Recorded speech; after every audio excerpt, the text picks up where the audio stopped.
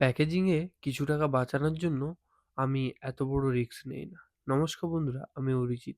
আর আমি শুরু করেছি একটা স্মল বিজনেস আজব বাজার নামে। আমাকে একটা ভাই ইনস্টাগ্রামে একটা ভিডিও দেখে আমাকে কমেন্ট করে যে, "দাদা সবাইকে তো গিফট দাও, আমাকেও একটা দাও।" দেখো, সবাইকে তো গিফট দেওয়া আমার পক্ষে সম্ভব নয়। আমি একটা র‍্যান্ডম কাস্টমারকে বা যেকোনো মানুষকে আমি একটা গিফট দেই।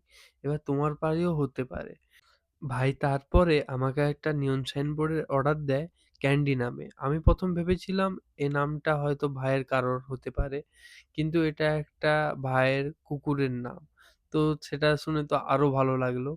আর আমি কোনোদিনও প্যাকেজিং এ কিছু টাকা বাঁচানোর জন্য খারাপ প্যাকেজিং করি না। কারণ এইটুকু প্যাকেজিং এর জন্য মালটা খারাপ যেতে পারে।